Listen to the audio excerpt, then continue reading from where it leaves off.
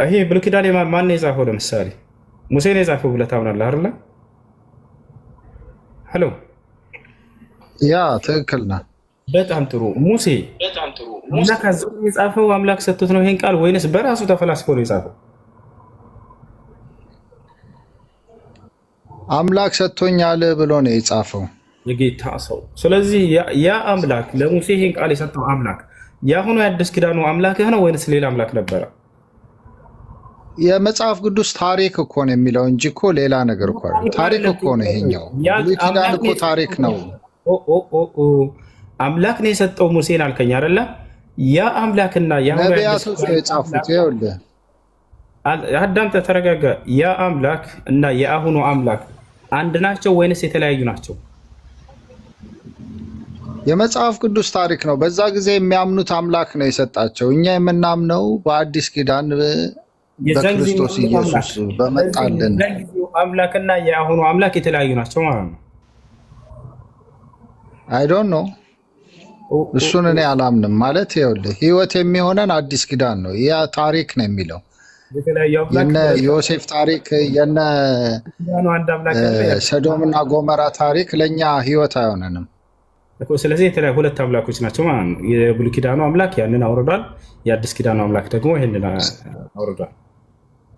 ሁለት አምላክ አይደለም። ክርስቶስ ኢየሱስም እኮ የተሰቀለው በእነዚህ አማኞች ነው፣ በሙሴን በሚያምኑ እንደናንተ አይነት ይሄ የብሉይ ኪዳንን የሚጠቅሱ ሰዎች ማለት ነው። ህግና እንትንን የሚከተሉ ሰዎች ማለት ነው። እኛ የምንከተለው ህግ አንከተልም፣ ኦርደር አንከተልም። እንደዚህ ቁጭ ብለሽና ቆመሽና የሚል ነገር እኛ ላይ አይሰራም። እንደ ታሪክ ነው የተጻፈው። በድሮ ጊዜ ያሉት ወላሂ ብሉይ ኪዳኖች ይበልጧቸዋል። ምን አይነት የንጽህና ህግ አለ በአዲስ ኪዳን? እስኪ አውጣና አንድ ስለ ንጽህና አሳየን። ያላ አዲስ ኪዳን ላይ ክፈት። ምንድነው? ልብህ ንጹህ መሆን አለበት እንጂ ምንድነው? አንድ ነገር ልንገርህ፣ እግዚአብሔር ለምን በሆድህ ይዞት ሄደለ እንዴ? ያንን በሆድህ እኮ ይዞት ሄዳለ። ያንን አጸያፊ ነገር ንጽህና የለህም ማለት ነው። ህግ አዲስ ኪዳን ላይ የለም። ስለዚህ የሙሴ ህዝቦች ይበልጧቸዋል። እነሱ ጋር ምንድነው የሚጠቅመው ነው የምልህ። ምንድነው የሚጠቅመው? እስቲ አስረዳን። እስቲ ስለዚህ ቆይ አንዴ ስለ ጥቅሙ እናወራለን። ግን እግዚአብሔር የፈጠረው ነገር ነው።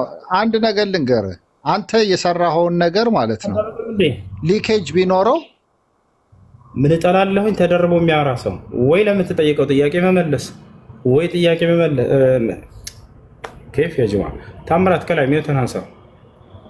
ስለ ንጽህና አስተምሩን ገብተዋል መጽሐፋቸው። ስለዚህ እኔ ጥያቄ ልጠይቅህ የገባው ጥያቄ ልጠይቅህ ነበር። እችላለሁ? ኦኬ። እናንተ ብዙ ጊዜ ስፔሻሊ አንተ ስትናገር እሰማሃለሁ። አንድ አምላክ ነው የምናምነው ምናምን ምናምን እያልክ ብዙ ጊዜ ትናገራለህ። የሌላውንም ስታጣጥል እሰማሃለሁ።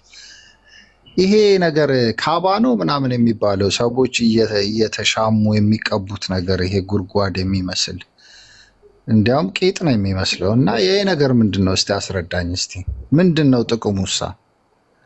በአንድ አምላክ የምታምን ከሆነ ሙስሊሞች ኮሜንት ላይ አንድ ሰው እንዳይናገረው መልስ የለም፣ እንዳትናገሩት፣ ማንም ሰው እንዳይናገረው፣ እንዳትሰድቡት። ያላ ታምራት ቤትን አንሳ፣ ከባለጌ ጋር እንዳትወርዱ። ሁለተኛ የትኛውን ቦታ ላይ ንጽጽር የምትሰሩ ሰዎች ካላቸው ስድብ እንትን ባሉ ቁጥር ወረድ ብላችሁ እናንተ እኮ እንዲህ ነው ምናምን እንዳትሏቸው። ምንም ማለት አያስፈልግም። እንደዚህ ነው ታክቲክ ሱራ ልክ እንደ ንስር አሞራ ሁሉ ደንብ አንሳባለ ላይ ከፍ ብሎ ይበርናል። خلاص ሰላም አለይኩም። ክርስቲያን ካለ አስቀድም እሱም ጥያቄ ልቀጥል። በእናትህ ቅድምም እኮ አስቆምከኝ። ጥያቄ ምንድን ነው? 3 ጥያቄዎች አሉኝና እነሱ መልስልኝ ፈልጌ ነበርና አንደኛ ስለ አላህ በደንብ አስረዳኝ እስቲ። ሁለተኛ ደግሞ እስልምና ሌላውን አምልኮ የሚያምልኩትን እንዲገል ይወሰናል ይመስለኛል፣ እሱንም አስረዳኝ። ሶስተኛው ደግሞ ሽንት ቤት ስትጸዳዳ ፈጣሪ ሽንት ቤት አይገኝም የሚል ነገር አለ። ከሱ ጋር ተያይዞ ደግሞ ራስህ ለሽንትን ጠብ ካለ ያው ገሃነመ እሳት እንደሚጠብቀ እንሰማለን እና ሶስቱን በደንብ አድርገህ አስረዳኝ። እንዲህ ነው ክርስቲያን ስነ ስርዓት ይጠይቃል። እንዴት አድርገታል? በስነ ስርዓት ወሳኝ የሆኑ ጥያቄዎች መጠየቅ። እሺ ስለ አላህ አስረዳኝ አለ። ከትርጉሙ እንነሳ። ከዚያ በኋላ አላህ ሱብሓነሁ ወተዓላ ስለ ራሱ ምን አለ? ነቢያቶችስ ስለ እርሱ ምን አሉ? ይሄ ነው በቃ መልሱ። አላህ ብሎ ማለት አልመእሉህ አይ አልማዕቡድ ቢልሐቅ፣ አላህ ብሎ ማለት በብቸኝነት የሚመለከው እውነተኛው አምላክ ማለት ነው ትርጉሙ። አምላክ አላህ ሱብሓነሁ ወተዓላ ስለ ራሱ ሲናገር ምን አለ? በሱራ ጣሃ ምዕራፍ 20 ቁጥር 14 ላይ ኢነኒ አነላህ ላ ኢላሃ ኢላ አና ፈዕቡድኒ ይላል። እኔ አላህ ነኝ፣ ከእኔ በስተቀር ሌላ ማንም አምላክ የለም፣ እኔንም በብቸኝነት ተገዛኝ እያለ ይናገራል። አላህ ስብሓነሁ ወተዓላ ስለ ራሱ ሲናገር ምን ይላል? አላሁ አለዚ ኸለቀ ሰማዋት ወልአርድ ወማ በይነሁማ ፊ ሲተቲ አያም ይላል። እኔ አምላካችሁ አላህ ማለት ያ ነኝ፣ 7 ሰማያቶችን 7 ምድርን በ6 ቀናቶች የፈጠርኩኝ አምላካችሁ እያለ ይናገራል። እንዲሁም በመካከላቸው ያሉ ፍጥረታትን እያለ ይናገራል። ሰዎችን የፈጠረው ራሱ እንደሆነ ይናገራል። ማስረጃ ቃለ ስብሓነሁ ወተዓላ አርረሕማን ዐለመ አልቁርአን ኸለቀል ኢንሳን፣ ሰዎችን ፈጠርኳቸው እያለ ይናገራል። ጋኔኖችን የፈጠራቸው እርሱ ራሱ ነው። ማስረጃ ወልጃነ ኸለቅናሁ ሚን ቀብሉ ሚን ናሪ ሰሙም፣ ጋኔንን ፈጠርኩት እያለ ይናገራል። መላእክቶች ልክ እንዲሁ ፍጥረታትን ሁሉ ያስገኘው አምላክ አላህ ስብሓነሁ ወተዓላ ራሱ እንደሆነ ይናገራል። ስለዚህ አላህ ማን ነው? ሁወል ኻሊቅ ስብሓነሁ ወተዓላ፣ እርሱ ነገራቶችን ሁሉ ያስገኘና የፈጠረ የሆነ አምላክ ነው። ልክ እንዲሁ በባህሪያቶቹ አላህ ስብሓነሁ ወተዓላ ይነግረናል በርካታ ቦታ ላይ። ሱረቱል በቀራ አንድ አንቀጽ ናንሳለህ የአላህ ስብሓነሁ ወተዓላ ባህሪያቶች ሰብሰብ አድርጎ የሚናገር አላሁ ላ ኢላሃ ኢላ ሁወል ሐዩል ቀዩም ላ ተእኹዙሁ ሲነቱ ወላ ነውም ለሁ ማ ፊ ሰማዋት ወማ ፊል አርድ መን ዘ ለዚ የሽፈዑ ዐንደሁ ኢላ ቢኢዝኒህ የዕለሙ ማ በይነ አይዲሂም ወማ ኸልፈሁም እያለ ይናገር አላህ ስብሓነሁ ወተዓላ። አላሁ እኔ ማለት አምላካችሁ አላህ ነኝ አለ። ላ ኢላሃ ኢላሁ የመጀመሪያው ምንድነው? ከእኔ በስተቀር ሌላ ማንም አምላክ የሌለ እያለ ይናገራል። እርሱ በመለኮቱ አንድና ብቸኛ ነው አላህ ስብሓነሁ ወተዓላ። በባህሪያቶቹ ሁሉ ይቅርታ ውሱን ማለት ይህን ተረድቻለሁ ማለት የፈለግኩት እንዴት መሰለ፣ አላህን በምን ትገልጸዋለን? ልክ ያልከው ነገሮች ተረድቻለሁ፣ ግን በአካላዊ እንዴት ነው እሱ እንድታስረዳኝ ነው። አካል አለው ምን አለ? ይሄን ነገር እስቲ ኢንፎርም አድርገኝ። እሱን የፈለጉት እንጂ የፈጣሪ ፍጥረታትን ሁላ እንደሚፈጥር ስቴፖችንም ሁሉንም እኮ እረዳለሁ። ግን አሁን በኦርቶዶክስም ከሄድክ እንደዛ አሁን ለምሳሌ አላህ አይን አለው ይባላል አይደለም? አይን አለው ኦኬ፣ አይን አለው ነው። እግዚአብሔር አይን አለው አትልም፣ እንደዛው እንደማለት ነው። ሁለመናው አይን ነው። እንደዛ እንድትገልጽልኝ ፈልጌ ነው። መልካም። አላህ ስብሓነሁ ወተዓላ አይን አለው ወይም ደግሞ እንዲህ አይነት የተገለጸው ነገራቶችን አስመልክቶ ነው። አንደኛ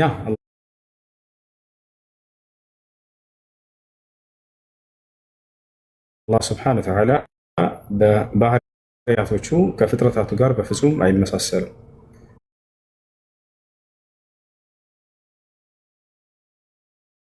እኔ አይን አለኝ ለምሳሌ ከኔ ጋር አንድ ነው አይኑ? አላህ ስብሓነሁ ወተዓላ አይደለም። አላህ ስብሓነሁ ወተዓላ አይኖች እንዳሉት ገልጿል። አደምን በእጆች የፈጠርኩ ሲል እጆች እንዳሉት ገልጿል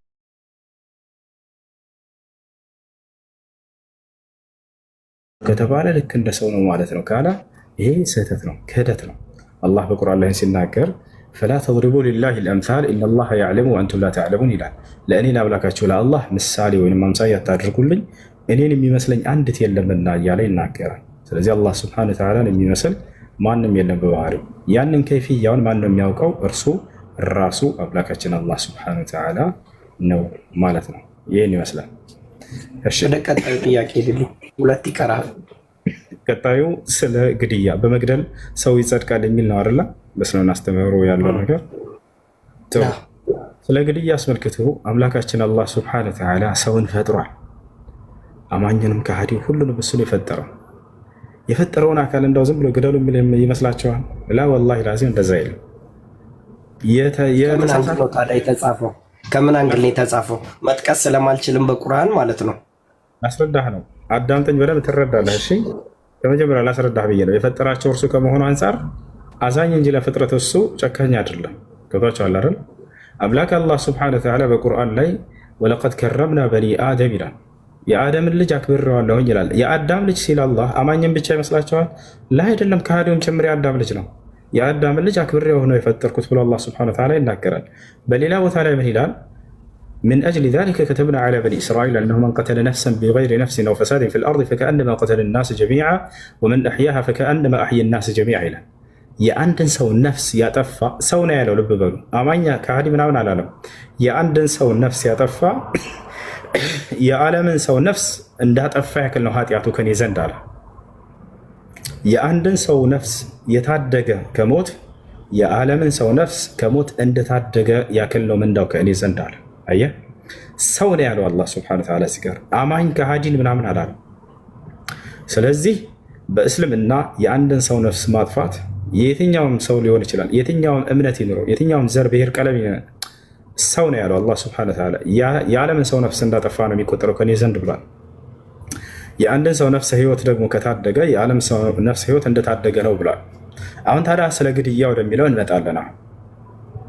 አምላክ አላህ ሱብሓነሁ ወተዓላ ስለ ግድያ አስመልክቶ ጂሃድ የሚባል ነገር ልትሰማ ትችላለህ። ጂሃድ ማለት ትግል ማለት ነው። ጂሃድ ታገለ፣ ጂሃድ ትግል ይባላል። ባለፉት ዘመናቶች ከመጀመሪያው ጀምሬ ላሳይህ እንዴት ጂሃድ እንደተደነገገ። ጂሃድ ማለት የሆነ አካል ሊያጠቃህ መጥቶ አንተ ሊገድልህ መጥቶ አንተ ከራስህ ለመከላከል የምታደርገው የመከላከል ስርዓት ጂሃድ ይባላል። የሆነ ሰው አንተ ሊገድልህ ቢመጣ ኢትዮ የዛኔ ከራስህ እየተከላከልክ ይሄ ሰው ሊገድልህ መጥቶ ከራስህ እየተከላከልክ ብትገድለው አንተ ገዳይ ትባላለህ? ላ አትባልም። ገብቶሃል አይደል? አምላክ አላህ ሱብሓነሁ ወተዓላ ነው ታዲያ አይሁዳውያንና ክርስቲያኖችን ብቻ የጠቀሰው? ወደሱ ልመጣለሁ። እነሱ ብቻ ናቸው ምድር ላይ ያሉት? ልመጣለህ ነው ወደሱ። ነቢያችን ሰለላሁ ዐለይሂ ወሰለም እንዳውም ሰላማዊ የሆነ የሌላ እምነት ተከታይን የገደለ ሰው ሊጋደል ያልመጣን ሰላማዊ የሆነን የገደለ ሰው የገነትን ሽታ አያገኝም ሁሉ ብለው ተናግረዋል። ማስረጃ ለስተ ቃለ ነብዩ ሰለላሁ ዐለይሂ ወሰለም መን ቀተለ ሙዓሀደን ለም የሪሕ ራኢሐተል ጀና አሉ። ከሙስሊሞች ጋር ቃል ኪዳን ያለውን ሰላማዊ የሆነን የሌላ እምነት ተከታይን የገደለ ሰው የገነትን ሽታ አያገኝም ይሄ ሰው ብለዋል። ገብቶሃል አይደል? አማኝ ሆናችሁ ሰላማዊዎች እንዳትነኳቸው ብለዋል። ስለዚህ ወቃቲሉ ፊ ሰቢሊላሂ አለዚነ ዩቃቲሉነኩም ማንን ነው እንድንጋደል የተደረገው ከተባለ እነዚያ ሊጋደሏችሁ የመጡ አካሎችን ነው ተጋደሉ ያለ አላህ ሱብሓነሁ ወተዓላ። መጋደል ማለት ነው ተጋደሉ ሲል ከራሳችሁ ተከላከሉ ነው። የዛኔ ከራስ እየተከላከልክ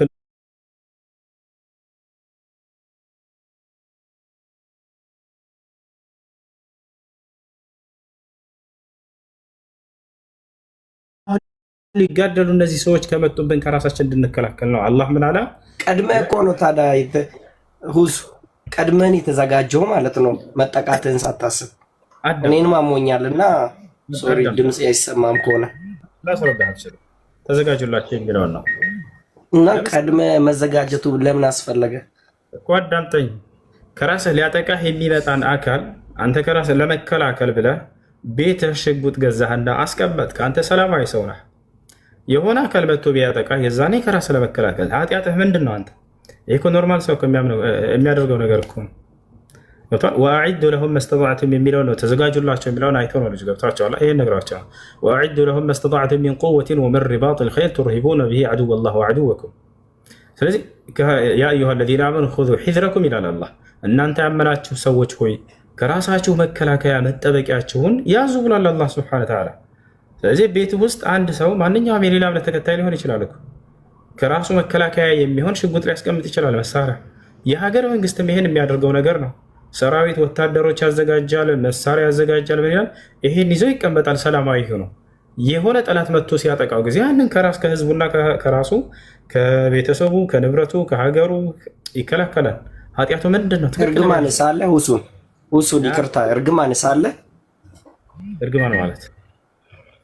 እርግማን ማለት ያጥፋቸው የሚባል እርግማን አለ በምሰግድ ሰዓት። እሱንም ላስረዳ። ጥሩ ጥያቄዎች ነው የምታነሳው። የሚነግሯቸውን ሁሉ እንዳለ እያነሳቸው ስጠይቁ በጣም ደስ የሚለን ገብታችኋል። እሱ የት ይገኛል መሰለህ? ሱረቱል ተውባ ላይ ያለውን ለማለት ፈልገው ነው። ቃተለሁሙላሁ አና ዩእፈኩን፣ ቃተለሁሙላህ አና ዩእፈኩን የሚለውን አላህ ያጥፋቸው የሚለውን ነው አይደል የፈለከው? አብዱላህ ብን ዐባስ ሌሎችም ላዕን ነው ብለዋል። አስፈላጊ ነው። ልንገርህ እርግማን ማለት እንደሆነ ትርጓሜውን ልነግርህ ነው። አልላዕኑ መዕናሁ አጠርዱ ሚን ረሕመቲላሂ ሱብሓነሁ ወተዓላ። እርግማን ብሎ ማለት ይህ አካል ከአላህ እዝነት የራቀ ነው የሚለውን ቃል ለመግለጽ ነው። እርግማን ብሎ ማለት አጠቃላይ ሁሉም ዑለሞች የፈሰሩት ምንድነው?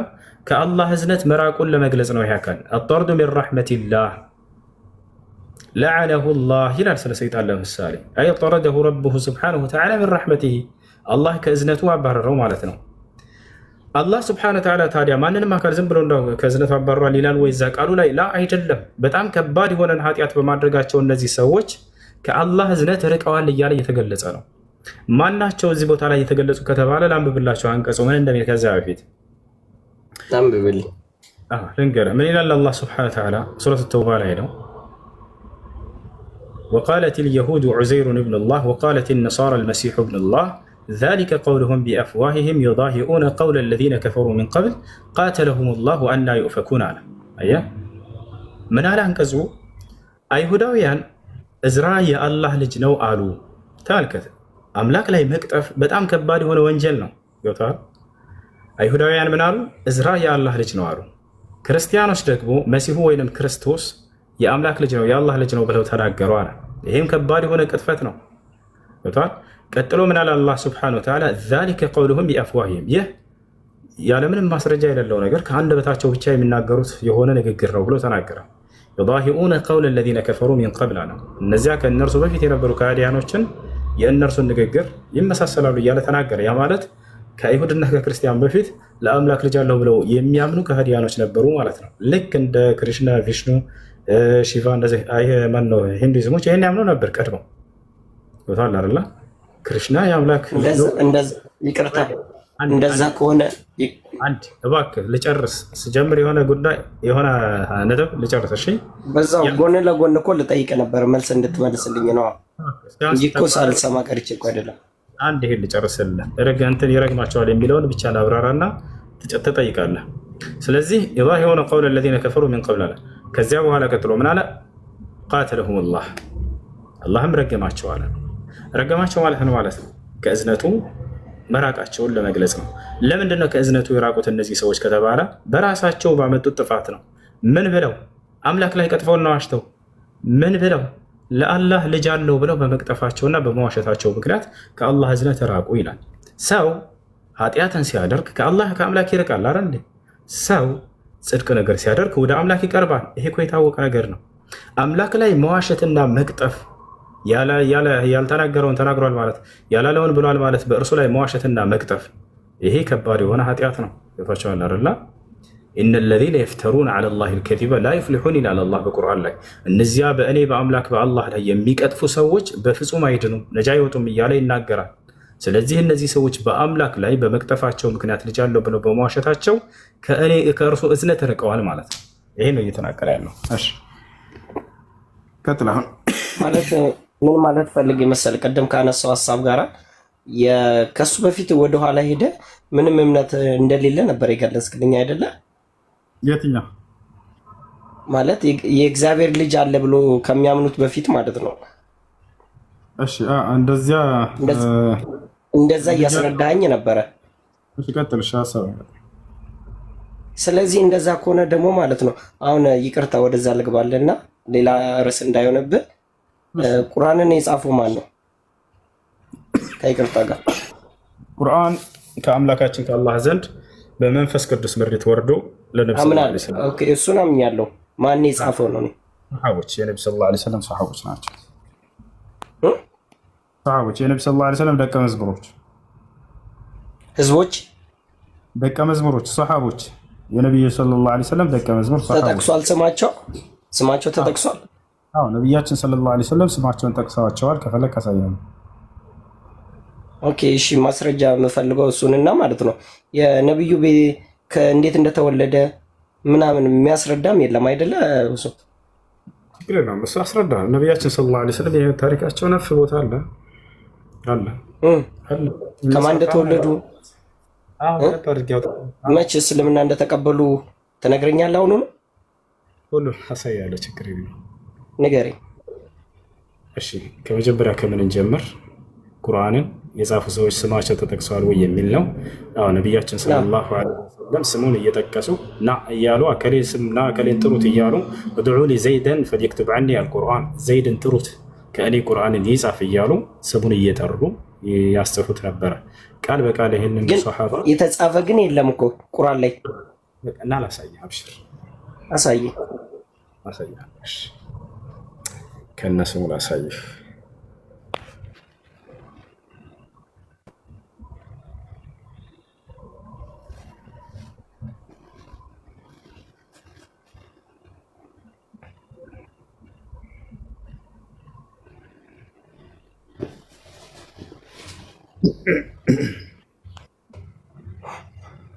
እሺ ያውና እዚህ ጋር ወደ አማርኛ ቀይርልሃለሁ። እዚህ ጋር ይገኛል። ምን ይላል? አንቀጹ በወረደ ጊዜ እነዚያ ምእመናን በቤት ውስጥ የሚለው ሱረቱ ኒሳ ላይ ያለው ነው። በቤት ውስጥ የተቀመጡት በአላህ መንገድ ላይ ከሚታገሉት ጋር እኩል አይደሉም የሚለው በወረደ ጊዜ ነቢዩ ሰለላሁ ዐለይሂ ወሰለም ማንን? ዘይድን ጥራልኝና ጽላቱን፣ የቀለም ቋቱን፣ የትከሻ ምላጭ ወይም የትከሻ ምላጭ መክታቸውን ያምጣ። ከዚያም እንዲህ አለ፣ እዚያም ይሄንን ጻፉ ብለው አዘዙት እያለ ይናገራል። ይሄን ጻፉ ነቢያችን ሰለላሁ ዐለይሂ ወሰለም ማንን ይላል? እዚህ ጋር ይሄን ጸሐፊውን የጠሩት ዘይድን ጥራልኝ እያሉ ነቢ ሰለላሁ ዐለይሂ ወሰለም ሰው ያው የሰውየው ስም የጸሐፊው ስም እዚህ ተቀምጦልሃል። ዘይድን ጥሩልኝ እያሉ ይሄን ጻፍ እያሉ ያዙት ነበረ። ይህ ሰሓባ ቃል በቃል ዘይድ እኔ ከነቢ ሰለላሁ ዐለይሂ ወሰለም ዘንድ ቁጭ ብዬ ራእይ የምጽፈውን የነበርኩ እያለ ይናገራል ቃል በቃል። ስለዚህ አዲስ ኪዳን ሐዲስ ላይ ይገኛል። ሐዲስ ነቢያችን ሰለላሁ ዐለይሂ ወሰለም እየጠሩ ስሙን እና ዘይድ ቁርአን ጻፍ ይሉት ነበር። እርሱም ሲመሰክር ቁጭ ብዬ ከነቢ ሰለላሁ ዐለይሂ ወሰለም ዘንድ ቁርአንን እጽፍ ነበር፣ ራእይን እጽፍ ነበር እያለ ይናገራል። እሺ ሌላ ምን ነበር የፈለግከው? የነቢ ሰለላሁ ዐለይሂ ወሰለም የህይወት ታሪክ አይደለ?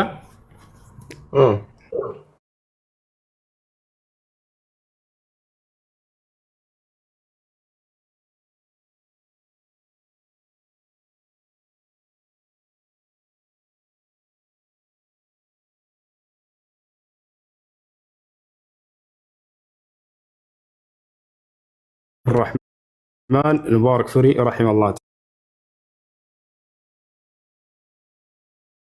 تعالى እዚህ ጋር የመጀመሪያው ገጽ ላይ እናገኛለን።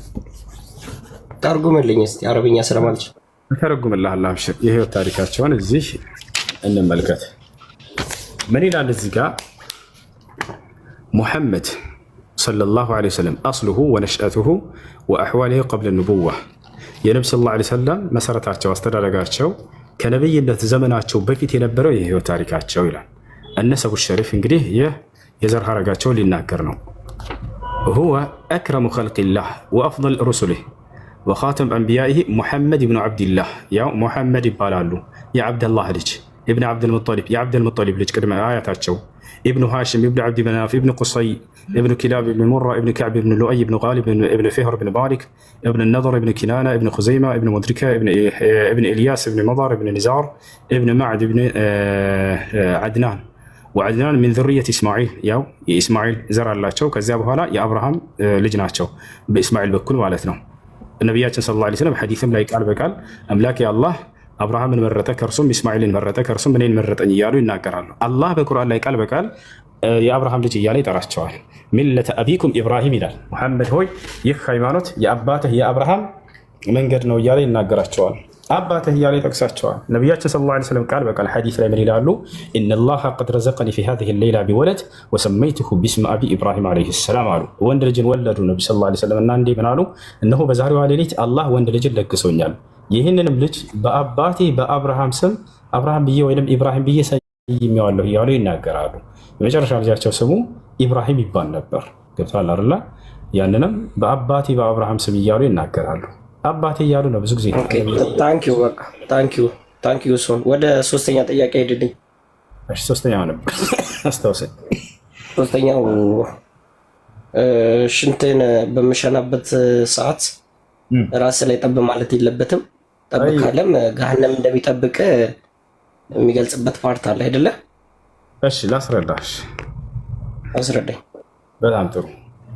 ሽንትህ ጠብ ማለት የለበትም ራስህ ላይ የሚለው ነገር አንድ ሰው ሶላት የሚሰግድ ከሆነ ራሱን በንጽህናውን መጠበቅ አለበት። እንደ ኢስላም ወጣላ አይደል? ሳያውቀው ሶላት አይደለም ያልኩት። ንጽህና በማንኛውም ሰዓት የሚል ነገር የለም። ከሶላት ጋር በተያያዘ ነው ኢስላም እንዳውም ያን ነገር ያለው። እንዳው ሰው ከሶላት የለም እንደዛ የሚል ነገር የለም። ነቢያችን ሰለላሁ ዐለይሂ ወሰለም ጣሃራን ነገር ሲያነሱ ጊዜ ከሶላት ጋር በተገናኘ እንጂ ሰውየው ከሶላት ውጭ በሆነ ጊዜ ለምሳሌ ሽንቱ ጠብ ቢልበት የሆነ ቤት እየቀባ እንደዚህ ላይ ዛኔ ይሄ ከኢባዳ ጋር ከአምልኮ ጋር ይያዛል ወይ አያያዝም። ሶላት በሚሰግድ ጊዜ ግን ያንን ንጽህናን ጠብቆ መስገድ አለበት ነው ከሶላት ጋር በተያያዘ እንጂ አያችሁ ሽንት ጠብ ካለ ወደ ገሃነም ይሄዳል ይሏቸዋል። ወላሂ ትልቅ ውሸት። እሺ እዚሁ አካባቢ በመጸዳጃ ቤት ፈጣሪ አለ አይገኝም ይባላል አይደለ?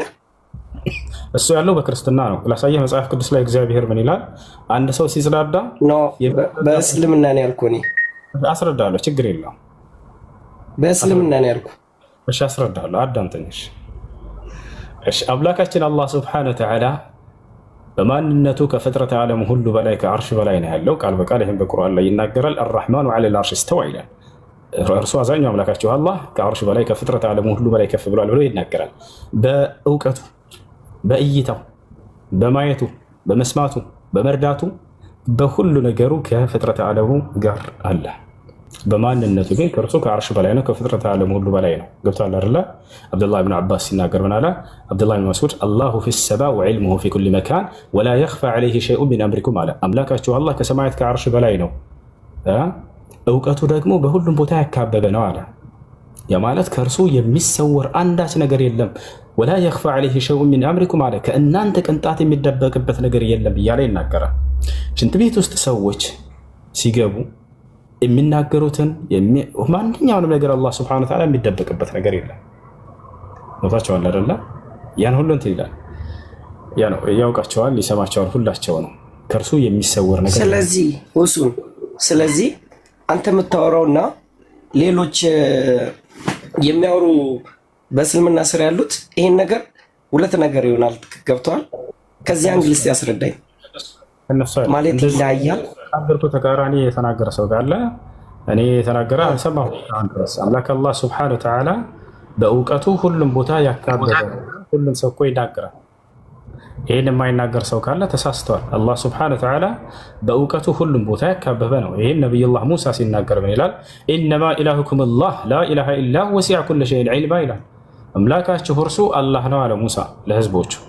ከእርሱ በስተቀር ሌላ ማንም አምላክ የለም ካለ በኋላ እውቀቱ ሁሉን ቦታ ያካበበ ነው እያለ ይናገራል። ከእርሱ እውቀት ምንም የሚደበቅ ነገር የለም። ተዋላል ሁሉም ቦታ ያውቀዋል።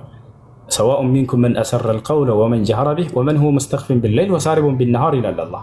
ከእናንተ ንግግሩን ድብቅ ያደረገ ወይንም በገሃድ ጮሆ የተናገረ ለእኔ እኩል ነው አለ። ልክ እንዲሁ ደግሞ በድቅድቅ ጨለማ የሰራና በፀሐይ ጠራራ በቀን የሰራ ለእኔ እኩል ነው አለ። ጨለማ ላይ ሆኖ ስለሰራህ አትደበቅብኝም። ገብታችኋል አይደለ? በቁሽቁሽታ ቀስ ብለህ ስለተናገርክም ጮኸህ ብትናገርም ለእኔ ያው ነው አለ አላህ ሱብሓነሁ ወተዓላ። ሁሉም በእርሱ ዘንድ እኩል ነው። ይህን የሚደበቅበት ነገር የለም። ሁሉንም ያየዋል፣ ይሰማዋል። ገብቶሃል አይደለ? ሰዎች በምድር ላይ ምን አላህ ሱብሓነሁ ወተዓላ በቁርአን ላይ የተናገረው በርካታ የቁርአን አንቀጽ አለ። ሰዎች ተደብቀው የተናገሯትን በቁርአን ላይ ያስፈሩታል። ከእርሱ የሚደብቅ ነገር የለምና ነቢያችን ሰለላሁ ዐለይሂ ወሰለም ከዕለታት አንድ ቀን ሶላት እየሰገዱ እያለ ከነጫማቸው ሁለት ረካ እንደሰገዱ የዙሁር ሶላት ሰሃቦችን እያሰገራቸው እያለ ጅብሪል ተልኮ መጣ ከአላህ ዘንድ። ሙሐመድ ሆይ ጌታ ወደ አንተ ልኮኝ ነው፣ የለበስከው ጫማ ነጃሳ ረግጧል እያለህ ነው አምላክህ አላህ አላቸው። ጫማ ምን እንደረገጠ ጫማ ያውቃል አላህ ሱብሓነሁ ወተዓላ። ምንም የሚደበቅበት ነገር የለም። አይደለም ሰዎች ሰው የሚያክል ነገር ቁጭ ብሎ ሽንት ቤት ማለት ነው። ሁሉንም ያውቃቸዋል አላህ ሱብሓነሁ ወተዓላ። የሚናገሩትን ሁሉ ያውቃል። ከእርሱ ቅንጣት የሚደበቅበት ነገር የለም። ገብቶሃል አይደለ? ያ ነው። ሌላ ጥያቄ አለ?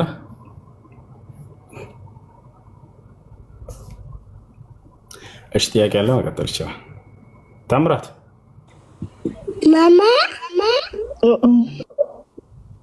ታምራት ሰላም ነው? እንዴት ነህ? አለን አማን አለን አልሐምዱሊላህ። ደህና ነህ? ደህና ነኝ። ጥያቄ ነበረኝ። እሺ ጥያቄ ምንድን ነው? ጥያቄ በአንተ አስተሳሰብ ያኔ ከሙስሊም ውጪ ገነት የሚገባ የለም ብለህ ታምናለህ አይደል? አዎ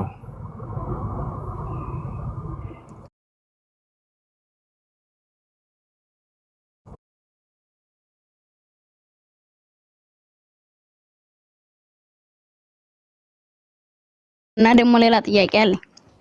እሺ መልስልሃለሁ። እኔ ክርስቲያን ነኝ ስትል ጊዜ ክርስትና ደግሞ እምነቱ ምንድነው ከተባለ አምላክ ኢየሱስ ክርስቶስ አምላክ ነው ብለህ ታምናለህ አይደል? አምናለሁ። ይሄ ትልቁ ኃጢአት ነው። ትልቁ ኃጢአት በእስልምና አስተምህሮ በአምላክ ላይ ማጋራት ነው። ማስረጃ አላህ ሲናገር ኢነ ሽርከ ለዙልሙን ዐዚም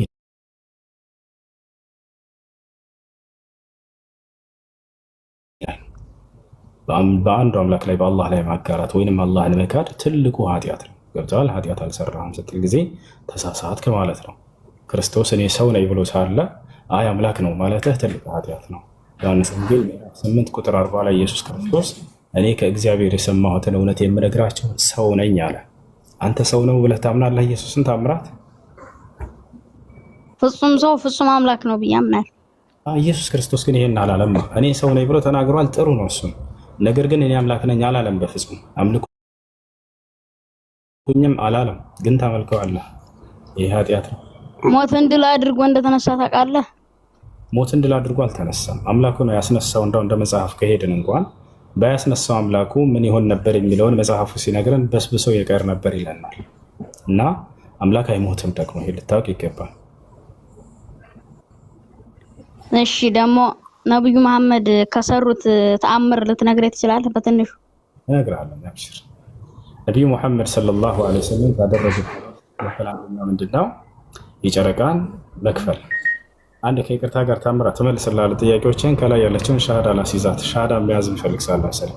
ዛራ ሚዩትሽን አንሺው አንተ። السلام عليكم ورحمة الله وبركاته. عليكم السلام ورحمة الله وبركاته. كيفك تشاله؟ الحمد لله. نعم. كيف عندك زارة؟ تمام. ከታች ያለሽው ልጅ ይሰማሻል? ከታምራት በላይ ያለሽ። ሰላም አለይኩም። ኧረ ይሰማሻል? እሺ በቃ እንደሱ ከሆነ ዝም ካልሽ ታምራትን ጥያቄ ልመልስለት። የነቢዩ ሙሐመድ ሰለላሁ ዐለይሂ ወሰለም ታምራቶች በጥቂቱ ንገረኝ። ነቢያችን ሰለላሁ ዐለይሂ ወሰለም በጣም በርካታ ታምራቶችን አድርገዋል። ከዚያ መካከል አንደኛው ምንድነው? ጨረቃን መክፈላቸው። ነቢያችን ሰለላሁ ዐለይሂ ወሰለም የመካ ሰዎች ጠየቋቸው፣ አንተ ሙሐመድ ሆይ ያ ሙሐመድ ኢንኩንተ ነቢይን አሪና አያ፣ አንተ ሙሐመድ ሆይ እንዳው ነቢይ ከሆንክ ነቢያት ተአምር ሰርተህ ያሳዩ ነበርና ተአምር ሰርተህ እንድታሳየን እንሻለን አሏቸው። የመካ ሰዎች በዘመናቸው ያሉ ሰዎች ፈአራህ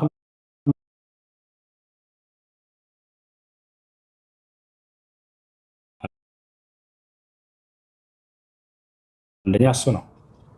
ሁለተኛ ምንድነው? ቁርአን ላይ ያሳያ ቀጥልሽ እሱ ላይ ያመለክታል። አላህ በቁርአን ላይ እቅተረበት ሰዓቱ ወንሸቀ ልቀመር ይላል። ጨረቃዋ ተከፈለች እያለ ይናገራል። ይህን ያዩ የአይን እማኞች ሰሃቦች ላይ ጨረቃን ከፈ አንድ የሜት አድርገው ከይቅርታ ላይ እያወራሁኝ ጣልቃ ትገቡ። እሺ እና ሐዲስ ላይ እሱን አውጥቼ ማሳይሃለሁ። ሌላኛው ሁለተኛ ምንድነው? ነቢያችን ሰለላሁ ዐለይሂ ወሰለም ከመካ እስከ ቤተል መቅደስ ወይንም ቤተ መቅደስ ኢየሩሳሌም የሚገኘው ከዚያም በኋላ ሰባቱን ሰማያት አድርገው መሄዳቸው በአንዲት ሌሊት ቅጽበት አስቡት። ይህንን መልአኩ ገብርኤል ነው ይዟቸው የሄደው። ከመልአኩ ገብርኤል ጋር ቀጥታ ከመካ እስከ ኢየሩሳሌም፣ ከኢየሩሳሌም እስከ ሰባቱ ሰማያት ድረስ አቆራርጠው ሄደው ደርሰው ከአምላክ ጋር ንግግር አድርገው መምጣታቸው ሁለተኛው ድንቅ ተአምር ይሄ ነው። ይሄ በቁርአን ላይ ተጠቅሷል። አላህ ሱብሓነሁ ወተዓላ ሱረቱል ኢስራ መጀመሪያ ላይ ይገልጸዋል። ሐዲስም ላይ ልክ እንደው ሰሒህ ሙስሊም 162 ላይ እናገኘዋለን። ሶስተኛ ሌላ ነቢያችን ሰለላሁ ዐለይሂ ወሰለም ያደረጉት ተአምር ምንድነው? ሰሓቦቻቸው ከዕለታት አንድ ቀን ውዱእ የሚያደርጉበት ውሃ አጥተው አስፈልጓቸው መጡና ጠየቋቸው። አንተ የአላህ መልእክተኛ ሆይ ውዱእ የምናደርግበት ውሃ የለንም፣ ሶላትም ደርሶብናል፣ ከየት እናምጣሏቸው? ነቢያችን ሰለላሁ ዐለይሂ ወሰለም ከጣቶቻቸው መካከል እንደዚህ ቢስሚላህ አሉና አፈለቁላቸው። ይህን ያዩ የአይን እማኞች በርካታ ሰሓቦች መሰከሩ። ከጣቶቻቸው መካከል ውሃ ሲፈልቅም ተመለከትን፣ እኛም በዚያ ሁላችንም ውዱእ አደረግን ብለው ተናገሩ። አራተኛ ነቢያችን ሰለላሁ ዐለይሂ ወሰለም ለጥቂት ሰዎች የሚትበቃ ምግብን ጥቂት ምግብ ለብዙ ህዝብ የመባረክን ተአምር ተሰጥተው ነበር። ከዕለታት አንድ ቀን ነብዩ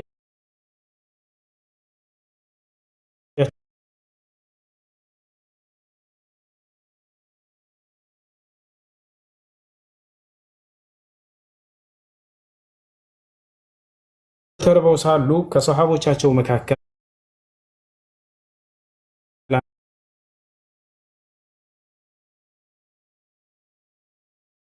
ሰለላሁ ዐለይሂ ወሰለም ተርበዋልና የሚበላ ምግብ ላምጣላቸው ብሎ ወደ ቤቱ ይሄዳል። እቤት ሄደና ሚስቱን ጠየቃት። ሚስቴ ሆይ የአላህ መልእክተኛ ነብዩ ሰለላሁ ዐለይሂ ወሰለም ተርበው ተመልክቻለሁ እና ይሄ ነገር አላስቻለኝም፣ እባክሽ ምግብ ካለ ስጭኝና ልውሰድላቸው አላት። ሰውየው ምን አለ? ሚስቱ ምን አለች? ቤት ውስጥ ምንም የሚቀመስ ነገር የለም አለች። ነገር ግን ትንሽዬ ዱቄት አለች፣ እንዲሁም ትንሽዬ ግልገል አለች፣ ፍየል ትንሽዬ ግልገል ነች።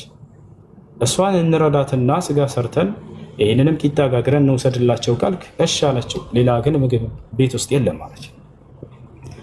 ሰውየውም እሺ አለ። ፍየሏን አረደ፣ ስጋዋን ጠባና ብረት ድስት ላይ አስቀመጠ። ድስት ላይ ካስቀመጠ በኋላ እሷ ሴትዮዋ ምን አደረገች? ሚስትየዋ ዱቄቱን አበካች እስኪቦካ ድረስ ሂድና ለነቢዩ ሰለላሁ ዐለይሂ ወሰለም እንዲሁም ከእርሳቸው ጋር አንድ 3-4 ሰዎች ከእርሳቸው ጋር ጋብዛቸው፣ ይዛሃቸውና ለሌላ ሰው እንዳትናገር ምግቡ አይበቃምና ለብዙ ህዝብ አደራ በሚስጥር ለእርሳቸው በጆሮአቸው ብቻ ነገር ብላ አዘዘችው። ሰውየውም ሄደ ነብዩ ሰለላሁ ዐለይሂ ወሰለም ጋር ፈሰረሁ ይላል ሐዲሱ ላይ መሰጠራቸውም ይላል በሚስጥር ነገራቸው ማለት ነው። ቀስ ብሎ አንተ የአላህ መልእክተኛ ስለተራቡ አይቻልኩም ወደ ቤት ሄጄ እንዲች አይነት እንደው ለአንድ ለ4 ለ5 ሰዎች የምትበቃ ጥቂት ምግብ አዘጋጅቻለሁኝ ከእርሱ ጋር 1-4 ሰዎች ይምጡና ይብላል። ነቢያችን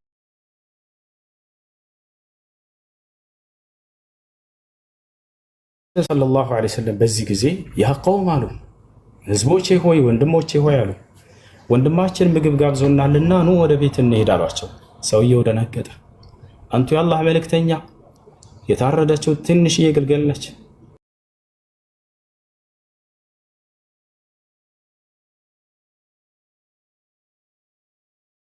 መሐመድ ሞተው እስኪባርኩት ድረስ ዱቄቱን እንዳትጋግሪ ወይንም የተቦካውን እንዳትጋግሪ ብለውሻል ብለህ እዘዝ አሉት። ሰውየው ተመለሰ ወደ ቤቱ። ገብታችኋል አይደል? ወደ ቤት ተመለሰ። ከዚያ በኋላ ነቢያችን ሰለላሁ ዐለይሂ ወሰለም ከሰሃቦቻቸው ጋር ወደ 1400 እና 500 ህዝቦች ቢሆኑ ሄዱ። ከዛ ሄደና ሰውየው ምን አላት ለሚስቱ? ነቢዩ ሙሐመድ ሰለላሁ ዐለይሂ ወሰለም ከህዝቦቻቸው ጋር ከ1500 ህዝብ ጋር እየመጡ ነው አላት። ደነገጠች ሚስትየዋ። በሚስጥር ንገራቸው አላልኩም ነበርን አለች። ያልሽኝን አድርጌ ነበር እኔም አለ ሰውየው። ግን እርሳቸው እንዲህ በቃ አድርጊ ብለዋል፣ የሚሆነውን እናያለን አለ። ወደ ነቢያችን ሰለላሁ ዐለይሂ ወሰለም መጡ። የአይን እማኝ የሆነ ሶሐባ ራሱ ሰውየው ሲናገር ምን አለ? ይሄን ተአምር ያየ የተቋደሰ የበላ አካል ነው እየመሰከረ ያለው። ያ ጀማ ከሩቅ የሆነ ታሪክ ሰምቶ አይደለም፣ እዛው ያየው አካል ራሱ ሲናገር ምን አለ? ድስቱንም ሰጠኋቸው አለ። ወዲያው ያዙና ዱዓ አደረጉ፣ ጸሎት አደረጉ፣ ባረኩትም አለ። ልክ እንዲሁ አውጥቻ ሳያቸዋለሁ ማስረጃ ምትሉ ልጆች። ልክ እንዲሁ ደግሞ ዱቄቱን ተቀበሉና ማነው የተቦካውን እርሱንም ያዙና ዱዓ አደረጉ፣ ባረኩትም። አሁን እየጋገርሽ ቂጣውን አቀብይና አሉ ነቢያችን ሰለላሁ ዐለይሂ ወሰለም።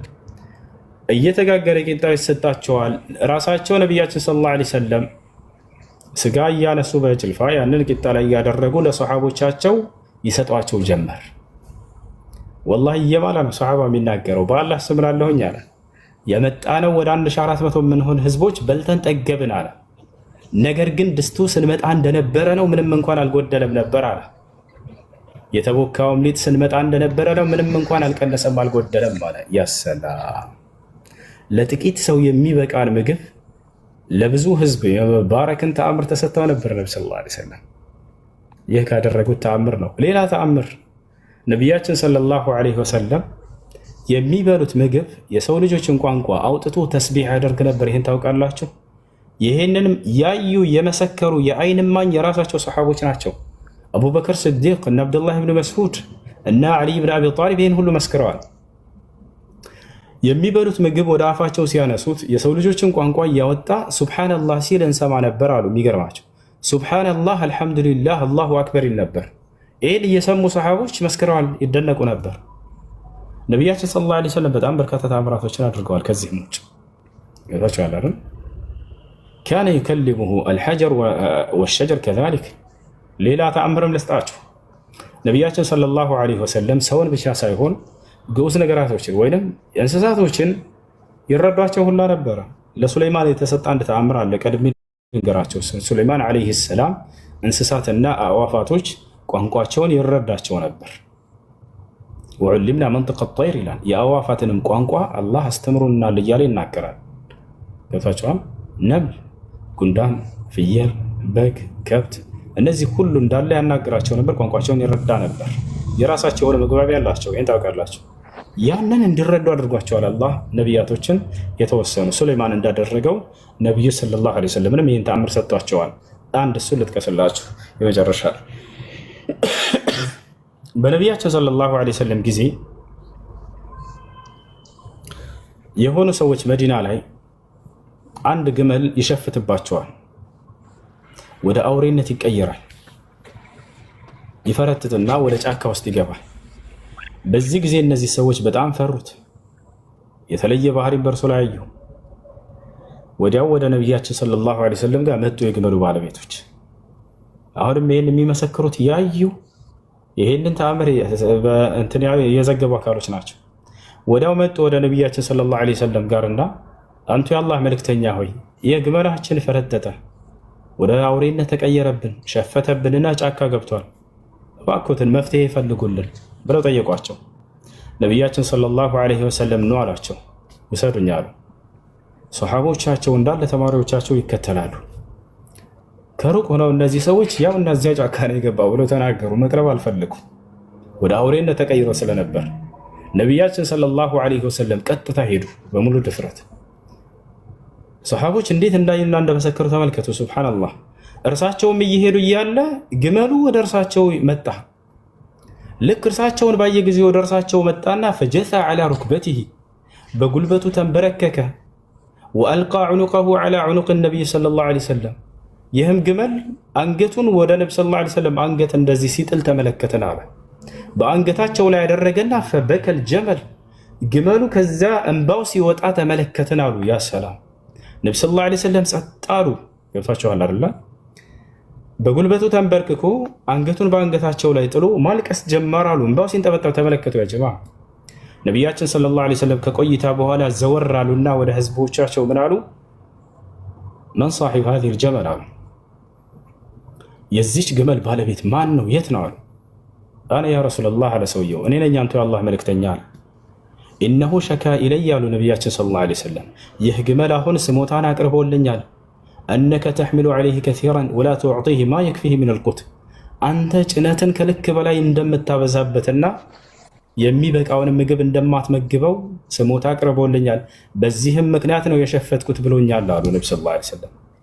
እና ስለዚህ አላህን ፍሩ፣ ኢተቁላህ ፊ ሃዚሂል በሃኢም አሉ።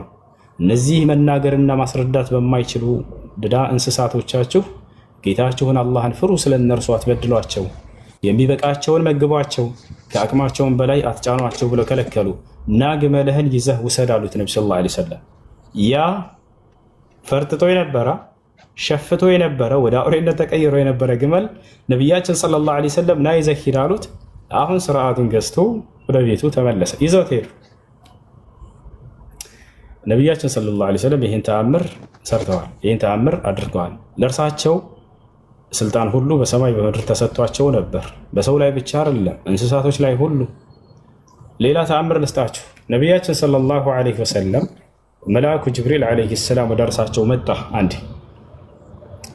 ነቢያችን ሰለላሁ ዐለይሂ ወሰለም ተአምር ማድረግ እፈልጋለሁኝ አሉት። ጅብሪል ዐለይሂ ሰላም ምን አላቸው? ሙሐመድ ሆይ ያችን ዛፍ ነይ በላት፣ እዘዛት፣ በአንተ ትእዛዝ ስር ትመጣለች አላቸው።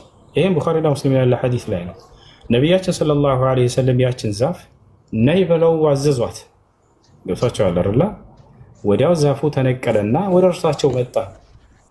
ወዲያው ነቢያችን ሰለላሁ ዐለይሂ ወሰለም ተመለሽ ብለው አዘዟት። ወዲያው ተመልሳ ወደ ነበረችበት ቦታ ተተከለች። በትእዛዛቸው ስር ነበረ እያልኳቸው ነው። ሰማይ ምድር ላይ ያለ ነገር ሁሉ መልአክን አዘው አላህ ሱብሓነሁ ወተዓላን ጸሎት አድርገው መልአክ ያስልኩ ነበረ። ይህ በቁርአን ላይ ተገልጿል። ሱረት አልአንፋል ሁለተኛው ገጽ ላይ ኢዝ ተስተጊሱነ ረበኩም ፈስተጃበ ለኩም አኒ ሙሚድኩም ቢአልፊን ሚነል መላኢከቲ ሙርዲፊን ይላል አላህ። ሙሐመድ ሆይ እኔን ጌታህን አላህን እርዳታ በጠየከኝ ጊዜ የመላእክት ሰራዊትን በአንተ ላይ የ1000 መላእክት ሰራዊትንም ላኩልህ እያለ ይናገራል። መልአክ ከጎናቸው ሆኖ ይዋጋ ነበረ። ያየ መሰክራለ ወይ? አዋላ ሰዕድ ብን አቢ ወቃስ መሰከሩ። ሰሓቦች ያዩ። ማን መልአኮች ይመጡ ነበር? ገብርኤልና ሚካኤል ይመጡ ነበር ወደ እርሳቸው። ቡኻሪና ሙስሊም ላይ ሐዲሱን ከፍተን እናሳያቸዋለን። ይህን ያየ የመሰከረ ሰሓባ ሲናገር ምን ይላል? ሰዕድ ብን አቢ ወቃስ በኡሁድ ጦርነት ጊዜ ነበር ከሃዲያኖች በጣም በርካታ ሆነው ወደ 10 ሺህ የሚሆኑ ሆነው መጥተው ሰሓቦች ውስን ነበሩ፣ ጂሃድ አደረጉ። በዚያን ጊዜ ሙስሊሞች ተሸንፈዋል። ከሃዲያኖች ነብዩ ሰለላሁ ዐለይሂ ወሰለምን ገድለናል ብለው የተደሰቱበት ጊዜ ነበር። ምክንያቱም ከፊት ለፊታቸው እንዳለ ሰራዊት ሁሉ ተረፈረፈ፣ ተገደሉ። ከፊታቸው ሲከላከሉ የነበሩ ሰሓቦች ሁሉ እንዳለ ሞቱ። ሰዕድ ብን አቢ ወቃስ ቀረ። እርሚ ያ ሰዕድ ፈኢነ መዐክ ሩሕ አልቁዱስ እያሉ ይናገሩት ነበር። በዚያው እርሱም ተጎዳ። ይህ ከፊታቸው የነበረው ሰሓባ እጁ ተቆረጠ። እንደዚህ በዚያ ሁኔታ ሳለ የመጨረሻ እይታው ነብዩ ሰለላሁ ዐለይሂ ወሰለምን ገደሏቸው በቃ ብሎ ተስፋ እየቆረጡ ባሉበት ሰዓት ወደ እርሳቸው ዘወር ብሎ አይኑን ጣል ያደርጋል። በዚህ ጊዜ ነቢያችን ሰለላሁ ዐለይሂ ወሰለም ከቀኛቸውና ከግራቸው 2 ነጫጭ ግለሰቦችን ያያል። ይሄ ሰሓባ በነጫጭ ፈረስ ላይ ተቀምጠዋል። ነጫጭ ልብስ ለብሰዋል። ሰይፋቸውን በእጆቻቸው ይዘዋል። ማንም ወደ ነብዩ ሰለላሁ ዐለይሂ ወሰለም አይቀርብም። እነዚህ 2 ግለሰቦች የቀሉት ቢሆን እንጂ እርሳቸውን ለመግደል የሚመጣን አካል። ይህ ሰሓባ ይህንን አይቶ ነበረ። ከጦርነቱ በኋላ ከተረጋጋ በኋላ ወደ ነቢያችን ሰለላሁ ዐለይሂ ወሰለም ጋር ቀጥታ ቤታቸው ነው የመጣው። ይህ ሰሓባ ወደ ቤታቸው መጣና ጠየቃቸው። ያ ረሱላላህ አላቸው፣ አንቱ የአላህ መልእክተኛ ሆይ ቅድም በጦር ሜዳ ላይ ሳለን ከእርሶ ቀኝና ግራ ጎን 2 ግለሰቦችን አይቻለሁኝ በነጫጭ ፈረስ ላይ ነጫጭ ልብስ ለብሰው። ወደ እርሶ ማንም ጠላት እርሶን ለመግደል አይቀርብም በእነዚያ አካሎች የተቀላ ቢሆን እንጂ። እነዚያ ሰዎችም ከዚህ በፊት አይቻቸው አላውቅም፣ ከሰሓቦቻችን አይደሉም፣ ከኛ ገብታችኋል አይደለ? አሁንም አላያቸውም። ማናቸው እነዚያ ሰዎች ይንገሩኝ ብሎ ጠየቀ። ነብዩ ሰለላሁ ዐለይሂ ወሰለም ምን አሉት? ሀር አይተሁማ አሉት። አይታቸዋል ማለት ነው አሉት። ነብዩ ሰለላሁ ዐለይሂ ወሰለም ነዓም ያ ረሱላህ፣ አዎ አይቻቸዋለሁ አላህ መልእክተኛ አላቸው። ኢነሁማ ጅብሪል ወሚካኤል፣ እነርሱ ገብርኤልና ሚካኤል ናቸው አሉት። ገብርኤልና ሚካኤል የነቢዩ ሰለላሁ ዐለይሂ ወሰለም ጠባቂዎች የሆኑ ዘንድ ይላኩ ነበር። ልክ ለቀደሙት ነቢያቶች ገብርኤልና ሚካኤል ሲላኩ እንደነበር ማለት ነው። ይሄ ነው። ይሄን ይመስላል። ይህ ከነገርኳችሁ ጥቂቱ የእርሳቸው ተአምር ነው። የነብዩ ሰለላሁ ዐለይሂ ወሰለም ተአምር ከ1000 በላይ ይበልጣል። ያ ጀማዓ ሸይኹል ኢስላም ኢብኑ ተይሚያ አልጀዋብ አስሰሒህ ሊመን በደለ ዲን አልመሲሕ የሚለው መጽሐፋቸው ላይ አልፉርቃን በይነ አውሊያ አርረሕማን ወአውሊያ ሸይጣን የሚለው ኪታባቸው ላይ ልክ እንዲሁ ኢማም አልበይሀቂ ረሒመሁላህ ተዓላ ፊ ኪታቢሂ ደላኢሉ ኑቡዋ በዚያ መጽሐፋቸው ላይ የነቢያችን ሰለላሁ ዐለይሂ ወሰለም ተአምር ከ1000 በላይ ይሆናል ብለው ይናገራሉ። ግን እኛ ትኩረታችን ይሄ ተአምር ሰርተዋል ማለቱ ላይ ሳይሆን ትምህርት ላይ ነው። ትምህርት ላይ ነው። እሺ 3ኛ ጥያቄ ልጠይቅ። ጠይቅሽ። ነብዩ መሐመድ እንደማንኛውም ሰው መካ መዲና ተወልደው ወደ ነብይነት የተቀየሩበትን በደንብ እንድታስረዳ ይፈልጋል። ጥሩ። ነቢያችን ሰለላሁ ዐለይሂ ወሰለም የተወለዱት የት ነው? መካ ላይ ተወልደዋል። ከዛ ወደ መዲና ስደት አድርገው መዲና ላይ ኑረው እዚያው አርፈዋል። ነቢያችን ሰለላሁ ዐለይሂ ወሰለም እንዴት ወደ ነብይነት ተቀየሩ ነው ልጁ ጥያቄው። ነቢያችን ሰለላሁ ዐለይሂ ወሰለም ከልጅነታቸው ጀምረው እስከ 40 ዓመት ድረስ ቆይተዋል። በዚህ ጊዜያቸው አምላክ ከእርሳቸው ጋር ምንም አይነት እንክብካቤ አላደረገም ወይ ወደሚለው ስንመጣ ጊዜ ላ አድርገዋል። ገና ጨቅላ ሕፃን ሳሉ ገና የ3 ዓመት አካባቢ ልጅ ሳሉ ወደ እርሳቸው መልአኩ ገብርኤልን አምላክ አላህ ልኮ እንክብካቤ አድርጎላቸዋል። ትልቁ እንክብካቤ ምንድን ነው ከአምላክ ከተባለ ከኃጢአት መጠበቅ ነው። እርሳቸው ላይ ሰይጣን ስልጣን እንዳይኖረው ማድረግ ነው። ይሄ ነው አይደል ትልቁ እንክብካቤ አምላክ የሚያደርገው። አዎ ይሄን አድርጎላቸዋል። ሐዲስ ላይ ያለ ቡኻሪ ላይ ሙስሊም ላይ የተዘገበ ሐዲስ ነው የምነግራችሁ። ነቢያችን ሰለላሁ ዐለይሂ ወሰለም ገና የ3 ዓመት አካባቢ ሕፃን ልጅ ሳሉ ከህፃናት ልጆች ጋር እየተጫወቱ መልአኩ ጅብሪል ወይንም ገብርኤል መጣና አስተኛቸው፣ ልባቸውንም ቀደዳቸው። ከዚያም ቀልባቸውን ከውስጥ አወጣ። ከጀነት ይዞት የመጣው የወርቅ ጥስት አለ። በዚያ ላይ የዘምዘም ውሃ አደረገበት። ገብታችኋል አይደል? የዘምዘም ውሃ ማለት አምላክ አላህ ሱብሓነሁ ወተዓላ ለአብርሃም ልጅ ለኢስማኤል ወይንም ለእናቱ ለአጋር በመልአኩ ገብርኤል በኩል ያወጣላት የሆነ የተባረከ ውሃ ነው። ያን ውሃ ራሱ መልአኩ ገብርኤል ያወጣው ውሃ ነው። ከዚያ በዚያ ላይ ልባቸውን አደረገና ካጠበው ካጸዳው በኋላ በእርሱ ላይ ያለውን ጥቁር የረጋች ደም የምትመስል እርሱን ከመነጨቀና በኋላ ሲወረውር ጊዜ ፈአልቃሁ ይላል ሐዲስ ላይ ወረወረው። ምን አለ? ያ ሙሐመድ هذا حظ الشيطان منك አላቸው። ሙሐመድ ሆይ ሰይጣን በአዳም ልጆች ላይ ሊኖረው የሚችለው ድርሻ ይህ ነበር፣ በአንተ ላይ ሊኖረው የሚችለው እነሆ የሰይጣን ድርሻ ከአንተ ላይ ከዚህ ጊዜ ጀምሮ ተነስቷል አላቸው። ያ ሰላም